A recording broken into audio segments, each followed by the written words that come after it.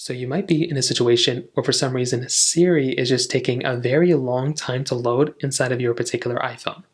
So doing this is actually pretty basic. There's a couple of different ways to fix it. Number one, if you have a pretty old phone, like if you're holding it down, if you have like a very old device, sometimes it just doesn't matter what you do, it's just going to be slow. So I'd recommend going through making sure you don't have a super old outdated phone. If you do, it's okay. You just have to make sure that your particular device, you're just kind of going to get used to it. If you have a stronger internet connection too, sometimes that can cause some, ways to fix it. So what I probably recommend doing is just going through and making sure that your particular Wi-Fi connection and your internet connection are good and you don't have any issues with it.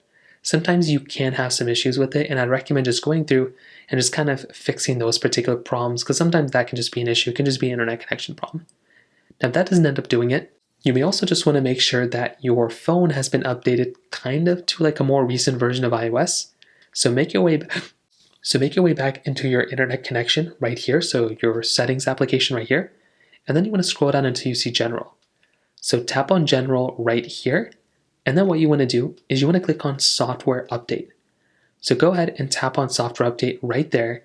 And then what you want to do is you want to update your phone to the most recent version of iOS. So go ahead, find your most recent version of iOS that you have available and go through and update to it. That can also kind of fix this problem for a lot of people as well. And I would recommend going through and kind of doing that, because sometimes that can also fix this problem as well when it comes down to it. So those are kind of the main ways to go and fix this problem for the most part. You can also try restarting your phone, but that is essentially where I'd start with. If you have any other thoughts or questions, please let me know in the comment section below. Hit the like button, that would mean so much, but definitely hit that subscribe button. More importantly than everything else, I love every single one of you guys. Hopefully I'll catch you guys in the next video.